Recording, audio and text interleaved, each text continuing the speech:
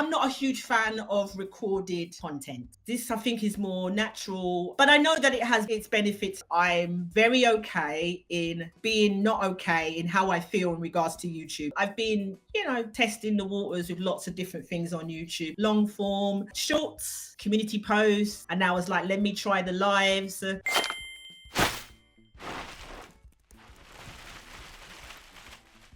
So let me go back into the chat. I love this. It seems more natural and authentic. Thank you, because that's what I've been feeling for the last couple of months.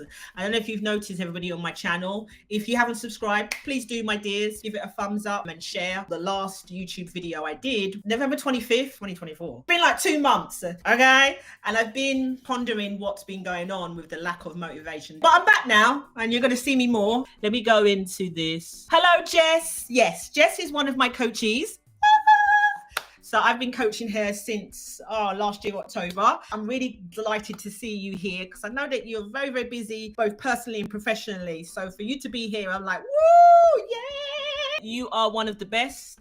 Merci beaucoup. Thank God. I love you as my couch. Yes, I know, girl, I know you meant coach. Continue to inspire. That's why I've started to do these lives. I've never done anything so spontaneous in my life, which is quite ironic given the fact that I decided within 6 weeks that I wanted to move to Jamaica 13 years ago and moved. But for something like this, I would never do a live, just decided in a couple of hours time. So Suzette says, YouTube is lucrative. Yes, it is. You can earn some stupid money. It just takes one video to go viral. But at the same time, even though it takes one video to go viral, you might not get that one video that goes viral until you've done 100. Okay, my first viral video was after 3 months, and I'd already posted like maybe about 12 or 13 videos. That might not sound a lot, but bloody hell, it was for me. My first viral video wasn't even about the topic that I was talking about.